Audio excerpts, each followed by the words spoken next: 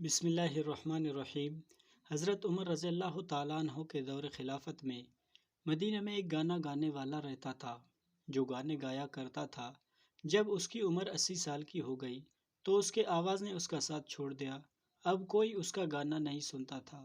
گھر میں فکر و فاقے نے ڈیرے ڈال لیے۔ ایک ایک کر کے گھر کا سارا سامان بک گیا۔ آخر تنگ آ کر وہ شخص جنت البقیع میں گیا اور بے اختیار اللہ کو پکارنے لگا، یا اللہ، اب تو تجھے پکارنے کے سوا کوئی راستہ نہیں۔ مجھے بھوک ہے، میرے گھر والے پریشان ہیں، یا اللہ اب مجھے کوئی نہیں سنتا، تو میری سن۔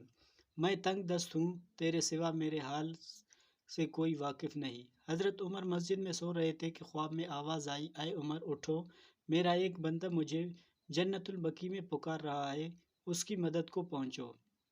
حضرت عمر رضی اللہ تعالیٰ عنہ نے جب یہ سنا تو ننگے سر ننگے پیر جنت البقیع کی طرف دوڑے۔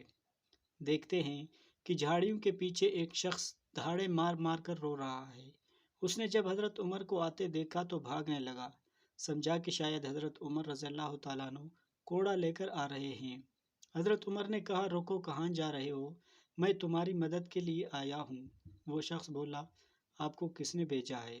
حضرت عمر نے کہا، جس سے لو لگائے بیٹھے ہو، مجھے اس نے تمہاری مدد کے لیے بھیجا ہے۔ یہ سننا تھا وہ شخص گھٹنوں کے بل گرا اور دھاڑے مار مار کر رونے لگا، کہنے لگا، یا اللہ، ساری زندگی تیری نافرمانی کی، تجھے بھلائے رکھا بھی تو روٹی کے لیے تو نے اس پر بھی لبیک کہا، اور میری مدد کے لیے اپنے اتنے عظیم بندے کو بھیجا۔ میں تیرا مجرم ہوں، یا اللہ مجھے معاف کر دے۔ یہ کہتے کہتے وہ مر گیا۔ حضرت عمر رضی اللہ تعالیٰ عنہ نے اس کی نماز جنازہ پڑھائی اور اس کے گھر والوں کے لیے بیت المال سے وظیفہ مقرر فرمایا۔ بے شک اللہ تبارک و تعالیٰ بڑا غفور الرحیم ہے۔ سب دوست ایک بار درود شریف پڑھ لے۔ اللہم صلی علی محمد وعلی آل محمد کما صلیت علی ابراہیم وعلی آل ابراہیم انک حمید مجید۔ اللہم بارک علی محمد وعلی آل محمد کما بارکت علی ابراہیم وعلی آل ابراہیم انک حمید مجید۔ ایک بار درود شریف پڑھنے سے اللہ تعالیٰ 10 مرتبہ رحمت فرماتے ہیں۔